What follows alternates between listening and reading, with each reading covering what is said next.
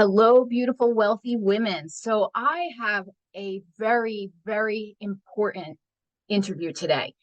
It is a subject matter that sometimes we all like to avoid. However, it is one of those very, very, very important topics that need to be accepted and planned for properly so you can get it out of your way, get it out of your head, and just know that you have checked all of your boxes and everything is good. So I won't even reveal what I'm talking about. I'm going to hand it over right now to the woman of the hour. She is truly amazing and she has such a beautiful, soft approach in the way she has created this business to help women and others to kind of get their ducks in a row. So without further ado, Joe, take it away. Tell us Thank all about you. you. Thank you. Thank you. And thank you so much for including me, inviting me to this conversation.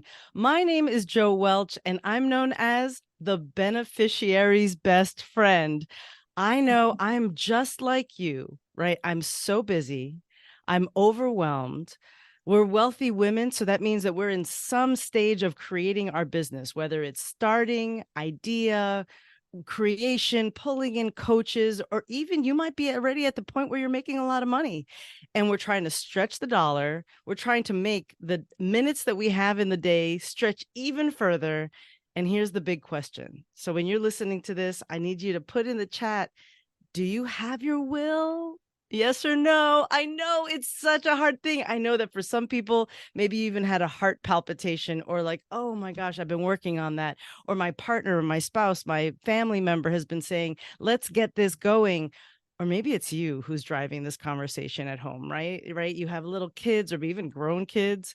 You have pets. You have all these things in your life that are so amazing and they're part of your success. But the reality is that we don't want to talk about our wills, right? It's almost like it's a dirty word in some ways. And I get it. And I want to just start out by saying that coming up with this business, which by the way, I'm the will fairy. I I know. love I, this. I I do too. And the will fairy, because we know that things around the will, around death, and many of you have probably been in the position where we've had loss and it's been handled well, it's been handled poorly. Maybe you're just a bystander. There's so many feelings, there's a lot of grief involved.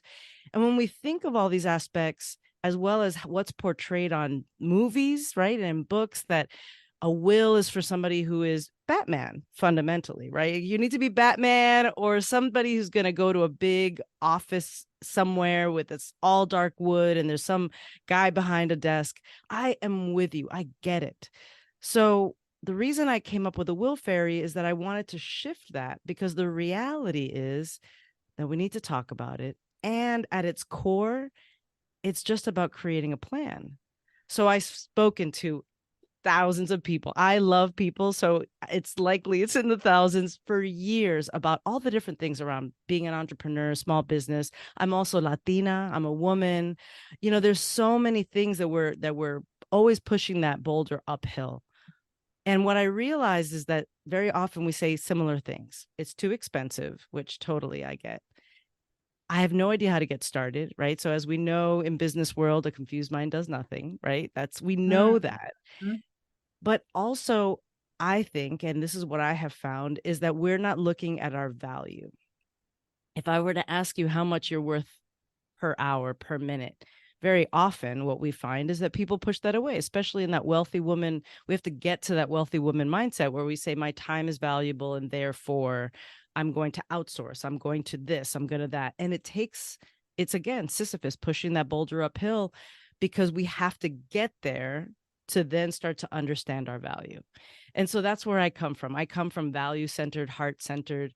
My mission as the Will Fairy and all of my businesses under Ask Joe are about legacy, inclusion, and engagement. And the reason these are so critical to me, just to give you a little background about me, so right, is that as a first generation Latina, I speak three languages. I'm a certified sign language interpreter as well. So English, Spanish, and sign language are my languages. I work in communities and am part of communities and have friends in places where we tend to be marginalized, where we tend to not always get the full slice of the cake, so to speak, or that information comes in these different ways that are prevented in multiple ways. And with that, it means that we need to start to change how we approach some of these very basic elements of our life, of our business. I mean, a will is such a key element in everything that we do. Now, I will say for two disclaimers. One, I am not the will attorney, I'm the will fairy. Very. And secondly, that the will is not a one size fits all, fixes everything. You have a will and that's everything. It's case by case. And so what I do in talking to everybody and trying to find out how to create something for busy entrepreneurs, for people who have children and pets and all the different responsibilities, is I am your accountability partner. Again, in this construct, in our world of business, that is so known. We know what an accountability partner is, but who's your accountability partner for the will and for those different items? So what I did in my business is I created a couple different programs. In fact, when you sign up with me, just a little plug, joewelch.com is going to get you access to everything that I'm doing. I have multiple offerings, right? So you can come and just spend 30 minutes with me and we just talk about big picture will. I have programs that bring people from week to week to make sure that they're on track to get the will done.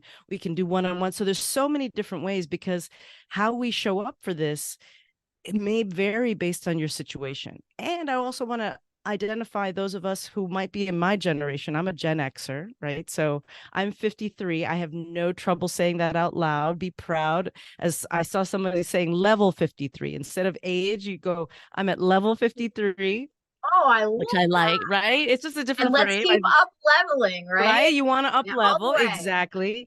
And so There when you we're go. looking at up leveling, where I'm a sandwich generation as well. So I have my parents who are still alive and they have to work out their legacy and how that's going to in fact impact me and my sibling.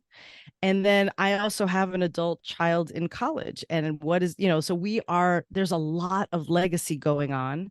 And then as I talk about, not only in chapters that I write, but also as often as I can, as a first generation American, my parents came from Colombia, and what I call, they took one branch off of their family tree and they planted it here and started it. And I'm one of the first branches. And so for me, that idea of legacy is starting new. And so that might be happening to a lot of people in so many different ways. And very often we tie legacy with wealth, but wealth is built. It's not only inherited. So you might be like me, the first generation of wealth builders in your life. And how do we start to think about that responsibly? Right. So we've talked about the why. Why do we need a will? Well, at its core, it empowers the people that are in your life to Yeah. know what to do. After talking to so many people, I grew up, again, I didn't have millions of dollars. I didn't have fancy cars growing up. So I thought that wills and legacy and lawyers were for somebody else, not me. And I realized that all it is a blueprint. So that blueprint is my mission. My mission is to get that blueprint in everybody's hands, to help them. It's personal because it's not about one size fits all, but at its core is getting those basic documents in place as soon as possible, and then connecting you to other experts who can help plan. Now, mind you, for me, there's legacy. We talked about that, inclusion. And so the inclusion is, I really want to reach people of all generations, different languages, different cultures, because not every culture comes with the same ideas of what legacy is. So we talk about it in terms of stories as well as wealth, the idea of what is important to you in your family. But also inclusion for me includes people who are not in the standard deviation of normal, right? So it's things in my world, everybody is amazing and wonderful, but maybe we don't think about it in those ways. We also impacts our client base. Who are we serving? For me, I always want to make sure that everything is accessible, so everybody can show up at the table, that we're able to speak to other people's needs and wants, whether it's neurodivergence or identity or race or whatever that is. We want to make sure physical ability, being able to hear, all of those things are so critical, not only in our own wealth development, but also in our client base and how we show up. So that's such a key. Everything is built around that. And then last is engagement. So I like to have fun. And the way, and you might be thinking, how do you have fun talking about a will? Like, what are you talking about, Joe? Right? Where are you coming from? Are you not taking this seriously? And I'm taking it very seriously, but I love to bring fun and joy into everything so that we can get past some of the hurdles, so that the real hard stuff is addressed with experts. And what I do is I just get us there. I'm in the midst of one of my 6-week programs called One Will Away. And in that, we just had a Jeopardy game. And tonight we're going to be having a scavenger hunt, if you I can love believe it. it. They don't, I know that this is pre-recorded, so I know you're not going to tell them, but we're going to be doing it. We do it in lots of different ways so that we can get the work done. We partner with experts, and with that, we get the will. And then whatever it is that your family needs, we find the people who are going to make sure that that happens. And you do it in a relaxed way. You do it with guidance, because you always have your will fairy on your side. So with that, my goal is to get a blueprint in everybody's hands. The way I do it is with fun and inclusion, and making sure that everybody's able to not only have a seat at the table, but cook a meal if they want and bring to the table, throw down a chess game or a parcheesi, or we're all there and we're all using the tools that are available, and we do it together. So a lot of my programs are in group, but they're also one-on-one if that's what your family needs.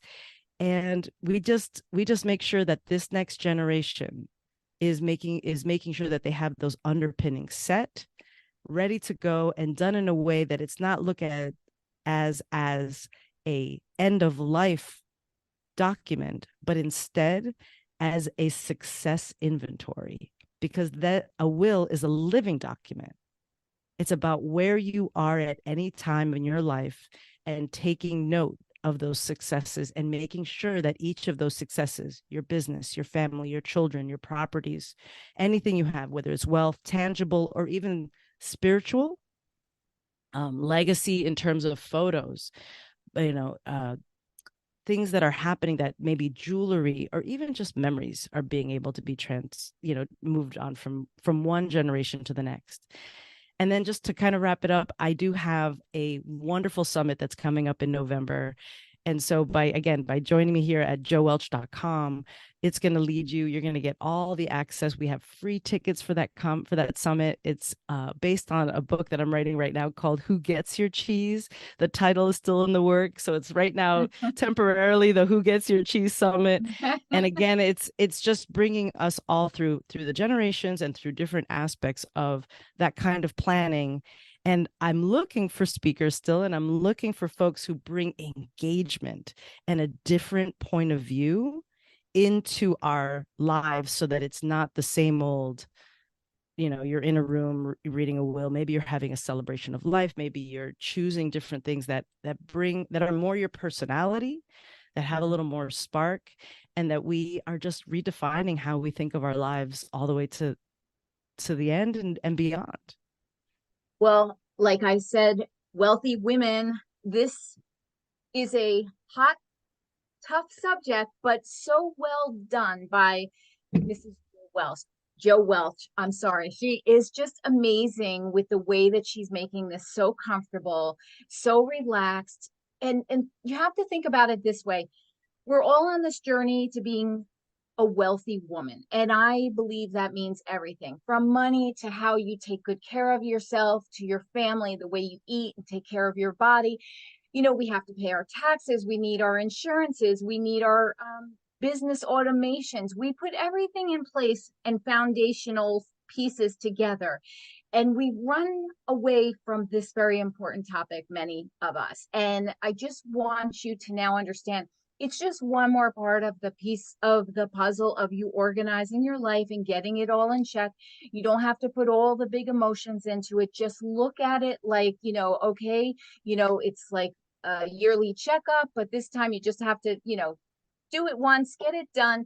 You are taking care of your family too. This is a big deal because I feel that many family members, they're very, there's an underlying stress when they don't know what that person wants, and they love this person, they want to do right by this person, and let us all live till well over 100, but even at some point it's going to happen, and there's a lot of stress when someone doesn't know what to do. And so one of the best gifts that you can give to your family is to let them know these things, because they may not talk to you about the stress they feel worrying if they're confused as to what you want. They really, it's a tough subject, but subconsciously or even to themselves quite a lot, they're feeling that stress and they don't want to bring it up. But you are going to be able to give them such a gift by releasing that stress that they probably are feeling. So I highly recommend that you definitely reach out, because this is a this is just about the most endearing, fun way to experience this. And you'll have a friend.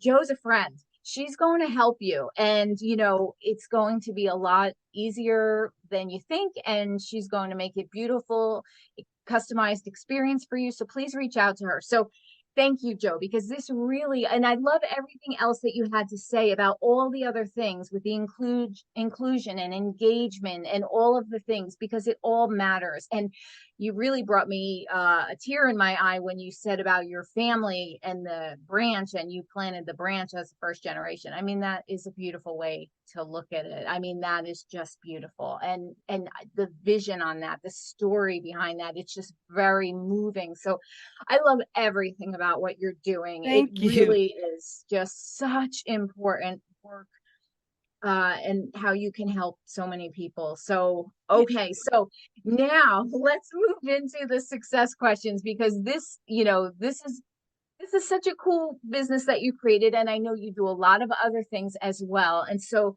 I wanted to kind of ask you some. Yeah. Oh, look at there you go. I know. Look at us. We're both branding ourselves today. The Will Fair. I just this is my first time on video wearing my new Wealthy Woman Everyday shirts. So I'm like, yay, let's go Ooh, for it. So amen. get in the Swag. mindset, own the business, right? And all the things. So okay, so as you know, we're going to do some success questions so you can feel inspired by how Joe will share her journey and the things that she's learned along the way to her success, and how she goes forward in her life. So let's get this started. Okay, let's see.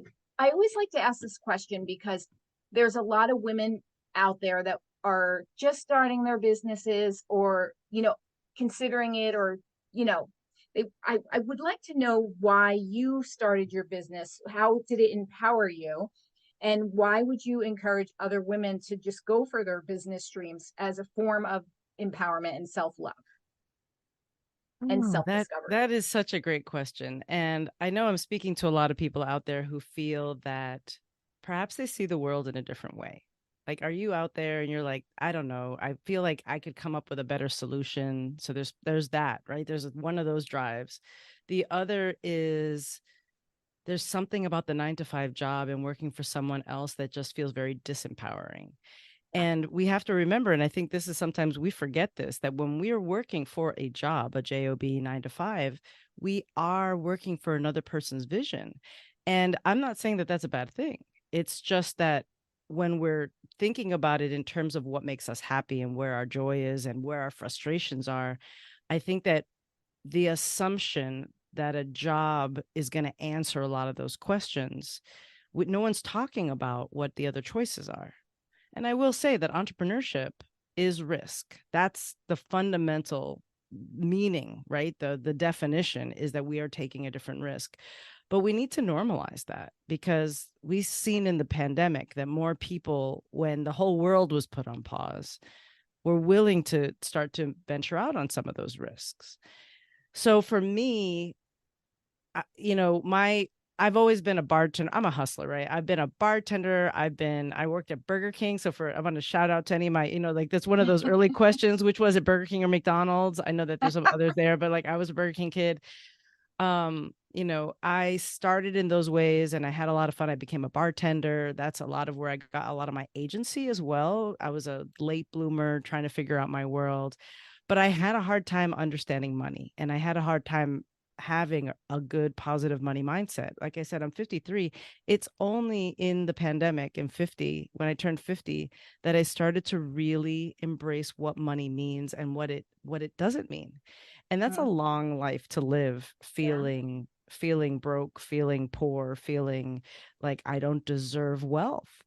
And so as I was navigating all of that, I've been this year I celebrate 30 years as a sign language interpreter. I'm a certified sign language interpreter. I love what I do. I work in the deaf, blind, hard of hearing communities. I've been involved with disability services. So that's been my career for my whole life, which I love. But I have had multiple jobs and I also run a freelance agency, but I never thought of it as a real business because it's all in service. It's all, so it just kind of, you start down that path and then you wake up one morning and you're just working all the time and you're doing it. And I have learned, it's immeasurable. I can't even put a number or how much I've learned because of my friends and my colleagues, the people who mentored me. Like it's just been such a robust life. But the oversight was really not digging into what a business was and the fact that I was running my own business and I was my own boss. Like I just didn't have that mentality and it started to bubble up for me.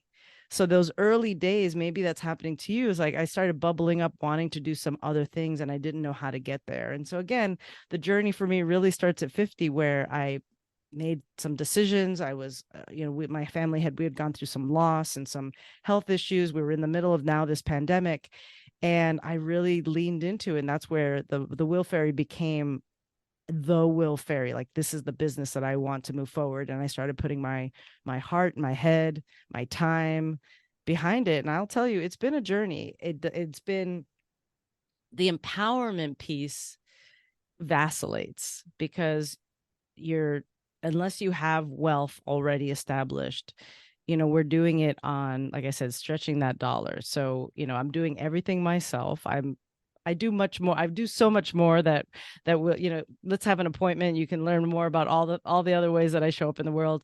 But like I'm doing my own recording, my own contacts. I'm trying to reach out to people. I'm lead magnet and manager, and I'm trying to do the follow up. And it's overwhelming at first, but the empowerment comes when you start to find the right people to walk you through that journey, finding a good coach, the right coach. Now, I had to make some money decisions in this early stage where I was like, I'm going to invest in this accelerator. And it was terrifying because I've never spent $1,000 on myself, let alone to go into a training that wasn't going to provide me like immediate results. It was hard. And that shift for me was where the empowerment came, is to be in rooms with other people just like me, to learn from people like you who have so much experience to share. And now here I am 3 years later, I'm a very different entrepreneur. It's amazing. I love everything that you said because it is pretty much the typical journey of most women.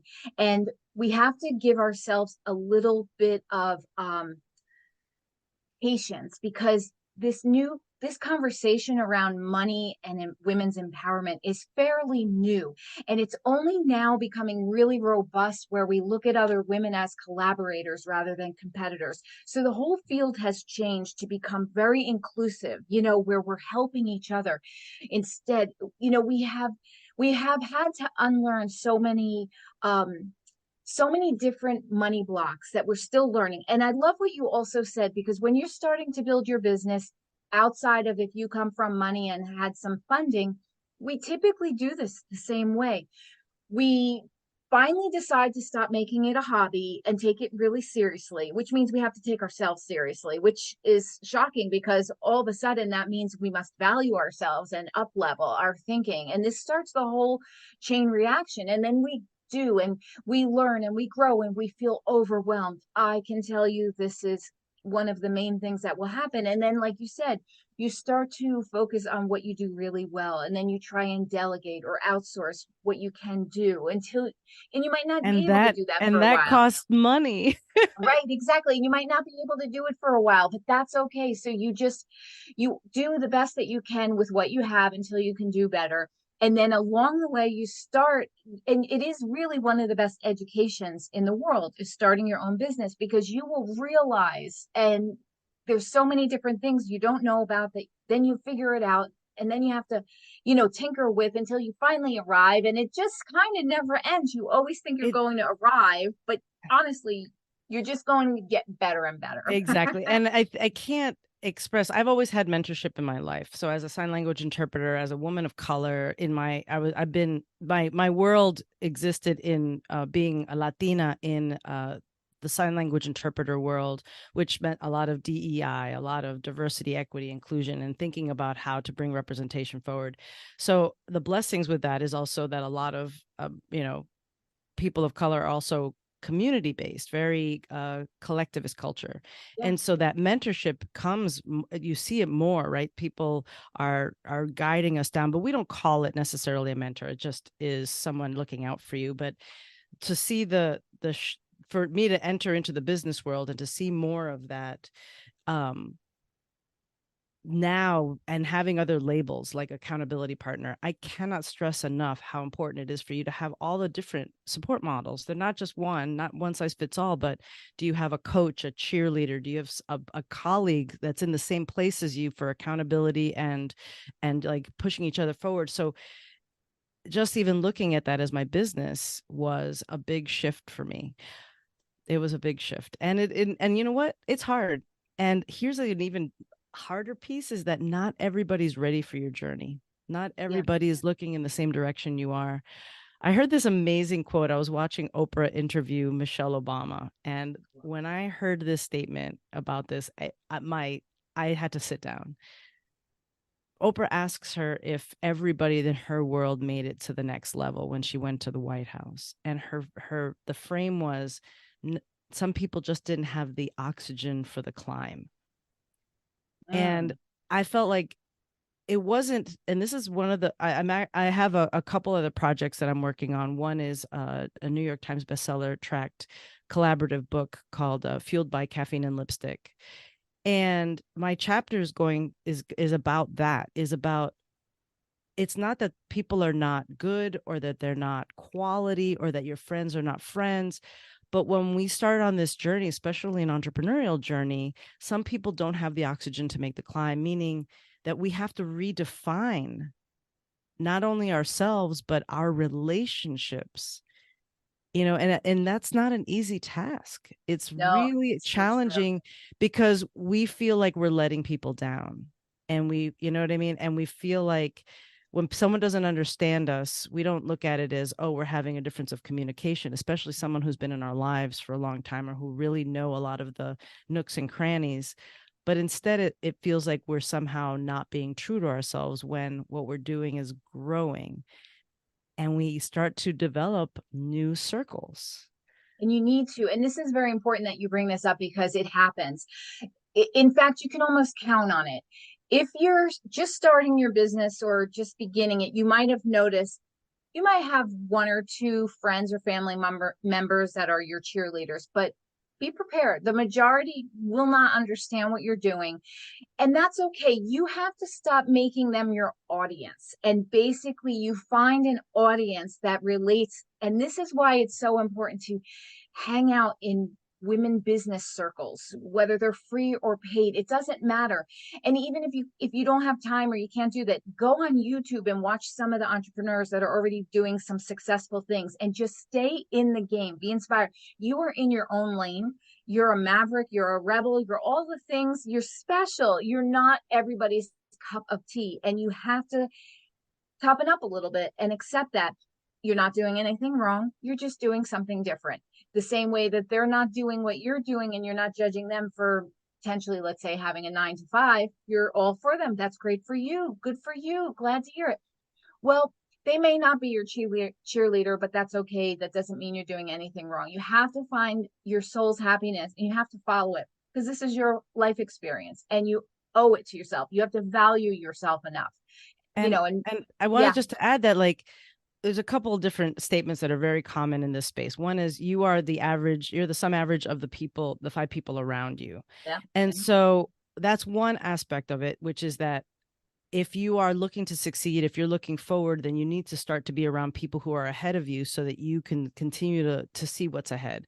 The other side is that very often I think we become adults and we think that that's just kind of where we stay. And so that reminder that we're always growing, you know, it may be that you need to just redefine some of those relationships, ones that have been around for so long. It doesn't mean you have to rule them out of your life. It just means something's happening. There's a yeah. I little was wondering what you I must have have no a idea. reaction button on that picks up your hand signal. So for those of you listening, a little thumbs up came up on her. Thumbs up is better than thumbs down, so that's a good thing. Thank goodness we had the But right emoji there. right, and so that the reminder that That was a it's about, sign I from the know, I was like, divine. yeah, very Yeah, good, people cheering us on. yeah. There you You know, go. that the people that we are redefining it, it can be done with grace, it can be done with Yes. love. How somebody else reacts may not be that, and it's hard. I just need to say it out loud that it is hard, that there is some loss in it.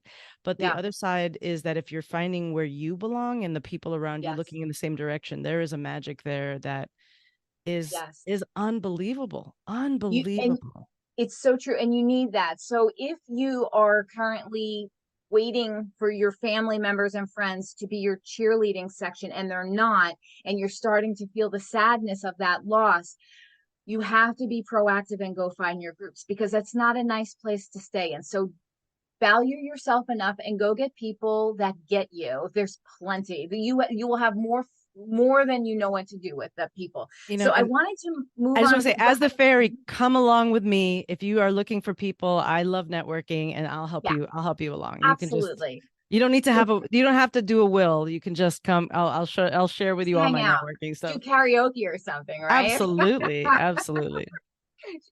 Joe likes karaoke, so there's a lot of fun going on Not there too. only do I like karaoke, but for the month of October, every Saturday night, I am going to be the KJ for a virtual engaging karaoke night. So Okay, again, so joewelch.com, and I'll there you tell you go. all about it. Just hang out with Joe. That you'll Hang have out with fun Joe. no matter what. Okay, a couple more questions before we sign off because we are really putting some juice into.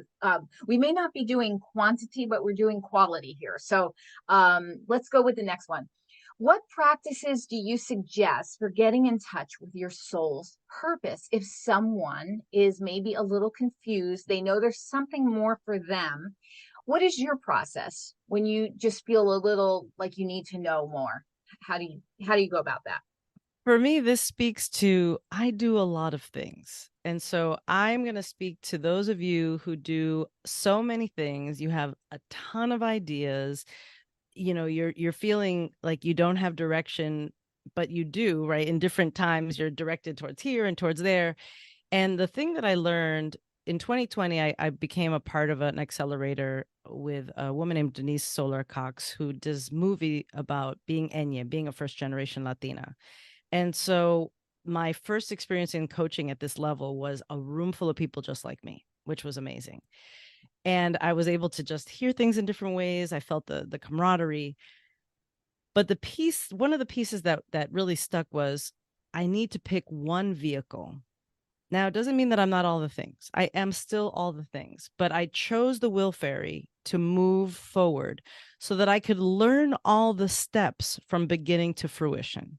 So here, you guys are part of my journey in this, from not knowing how to describe myself, not knowing how to pitch, not knowing how to define myself and do mission and all that.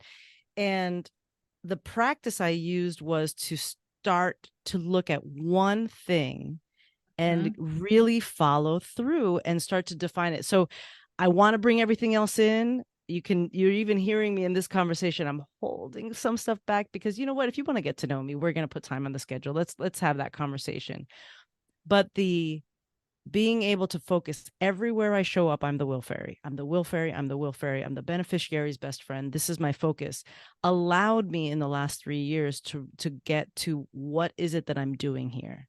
do I like this? Is this what I want to do? Every step of the way, my mission, legacy, inclusion, engagement, all serves the Will Fairy.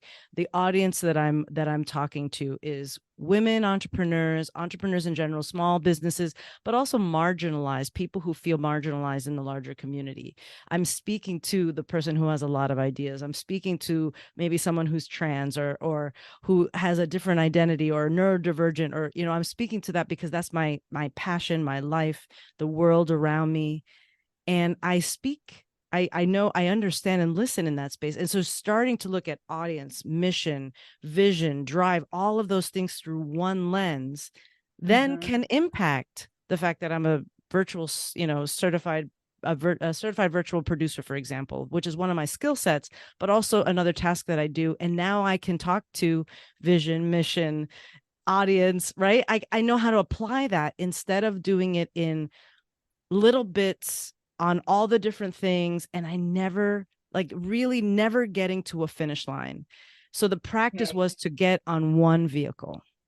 This is everything what you just Everything. spoke about, because I went through this and I have a feeling many of you women go through this because we tend to be multi-passionate, and there's nothing wrong with that. It's beautiful, it's amazing. What happens though on the flip side, maybe the negative side of that, is you get so dispersed in all the things that you don't make traction anywhere, and you wind up spinning your wheels because you forgot what you started over here. You have to restart, and then it goes on. And this is one of the biggest ways you get into overwhelm. And so I was suffering from this big time. And it even goes into shiny object syndrome, where you have to have the training on this. You need to know that, you need to know that, you need to know that, you need to know it yesterday. And then you get to a point where you start not even liking what you do, and you're going to start to sink a little bit.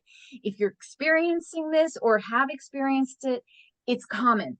And Joe is absolutely spot on. For me, it was a book, I forget, I think it's called The One Focus, and it just slapped me into shape. And it's like, choose one thing. And I am so tempted, like Joe, oh, but I have this great idea and that I great do idea, and it this. would And be good, and I am so excited. But no, no, no, you can't do that. And I remember, I forget who it was, but they said, don't even think about bringing out another idea until your one idea is basically livable, like you can pay to live. And then when you get to that point, then maybe you can bring something in. yeah. And it's not to limit you. It is not, it's to empower you, because you can do all of the things eventually, but not all at once. Well, and Not if I you want would to make traction. what I'd like to add is we're also talking about what's on the stage. So if you are showing up, and it's just a great reminder, like I show up at networking events. If today I'm the Will Fairy and tomorrow I'm the certified virtual producer, and then the next day I'm a accessibility queen, then you don't know what to do with me. Now, mind you, I will say that I fought tooth and nail because I'm like, people will know all the things. And they're like, but not at the beginning. And that speaks to how we want to present to our audience. You guys are going to get to know me. And if you show up in my space, then you're going to know about all the things I do. Start And with it's one thing, right? okay. Yeah. Yeah, But it's the one thing. And it doesn't mean you don't do the other things. I still do all the other things. But exactly. my public, my persona, the thing that I mean, I don't know if it's a persona because this is me, but the person I bring to the table, the message that I'm sharing, and you guys are hearing it right now. I can still talk about inclusion. I can talk about, I'm still doing all of my tech and things. So I can speak All to of it. the fact that I'm skilled in producing. We just brought up Exactly. karaoke because we have fun. Like, all the things still exist. But when we leave here, I'm JO Welch. I'm the Will Fairy, and I'm the beneficiary's best friend. And you'll be like, oh, right. I Start know from who to there. It's call. branding too. I know who Exactly. to call for Yes, this thing. exactly. I Okay, also I have wanted, two. okay, go Go ahead. ahead. I was going to bring up one more little Yeah, quick go thing. ahead. Go ahead. Education is an addiction. It's a coping Mm. mechanism to not getting things done. So my comfort zone is going and learning everything.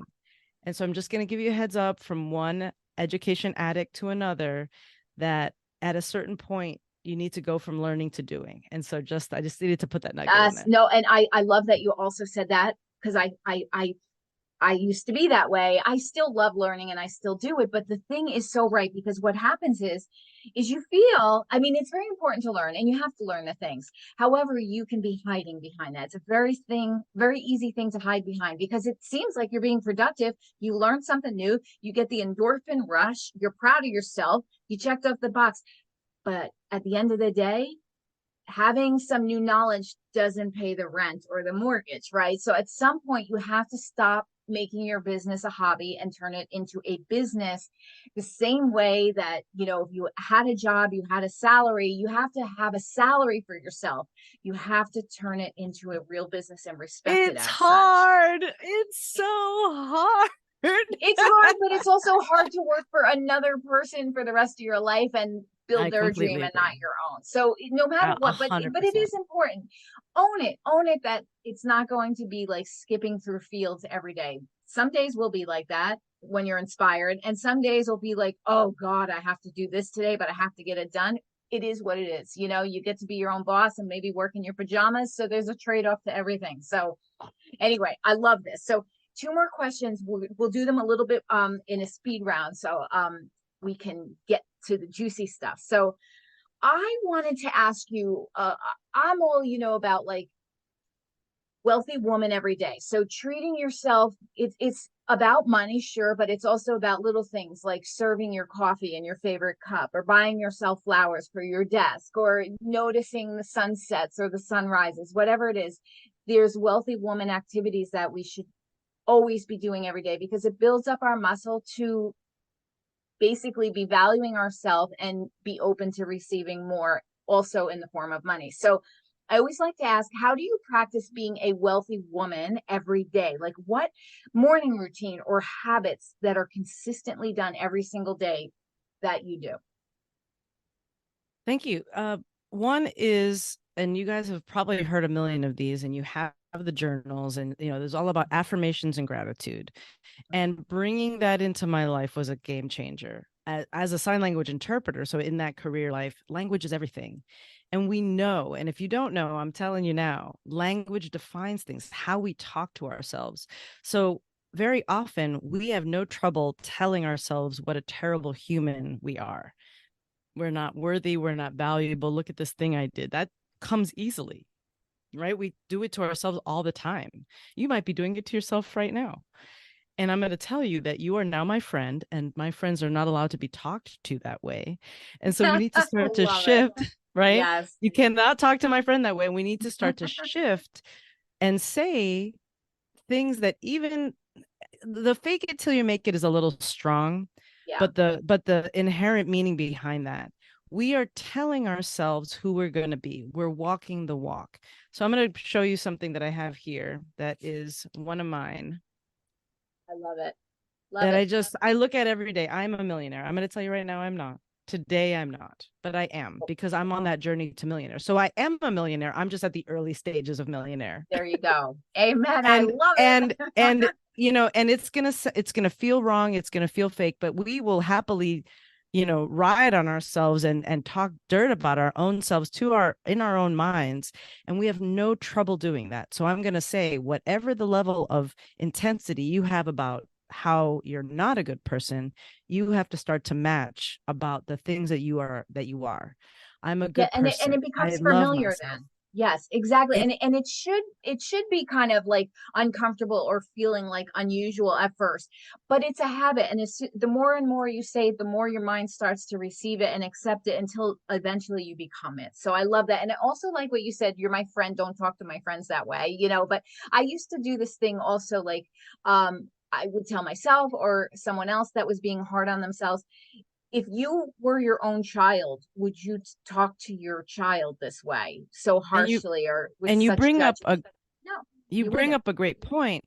We are also dealing with the parts of us that are still children that was Yes. not resolved. Yeah. So when we start, that was probably one of the biggest impacts. I've done some breakthroughs. I have another coach, Forbes Riley. I'm a part of a network, Easy Way Network. And there's so many different places where we start to hear all of this, like what's going on for us and how did we get here and what are the ways that we've manifested it. And a lot of that stuff comes from childhood, Yes, and absolutely. Just and Yep. And therapy is of course good, but again, looking at those manifestations is the thing that's going to start to rewire how we see ourselves. Yeah. I don't mean lying. I want to be clear. I don't want to conflate it with the idea that, it's not true, it's not real, but a lot of the things we tell ourselves is not true. It's what are you putting into the world to manifest? What are you moving forward Absolutely. and And towards? even if you have to start smaller, maybe you can't say I'm a millionaire, but maybe you can say something else that feels possible but out of reach until you build your muscle up. Because if it's so shocking to you that you just reject it completely, that's not going to work either. It has to be somewhere in the middle of not what you currently have, but not so big that you can't even imagine it, but a push. You know that if you pushed a little bit, you could probably get there. Okay, so our final question before we wrap up is, when you are having a bad day, as we all do sometimes, and you're in a mental funk, what is one tip, one, to get yourself out of it? To get myself out of it. Singing. I Ooh, I like to sing. So yes. singing, if I'm in a funk, you know what? Sometimes I'm in a funk and I just need to peace out and just I watch television. I will admit that television is my radio, even though I love music. Television impacts a different part of your brain, so it kind of pulls you out of reality. So sometimes I might just watch some Yeah, silly show, or I might sing a song and just put myself into a different space. I love that. I spend a lot of time in that joy space, but definitely sometimes funk happens and I'll ride it Allow out. it. Yeah, Yeah, allow it, I don't right? fight it. I'm just like, "Ooh, No. that's today. I guess that's today." So I'll give myself, when I was really young, and I wrote about this in the chapter I wrote it for a book called Boss Latinas, the anthology that I'm a part of. And I talked about when I was a teenager, there was a lot of bad things happening. We had moved suddenly. There's a lot of things that as a young person I was really struggling with, and I was upset all the time. And what I did is I carved out, I don't even know how I thought of this, but I carved out 5 to 10 minutes a day where I would just be sad. And I Yeah. would allow myself to have 100% of the sadness. And then I would go about my day. I love that because that's actually one of the best. In fact, I always state that I think that's the best tip my mother ever gave me.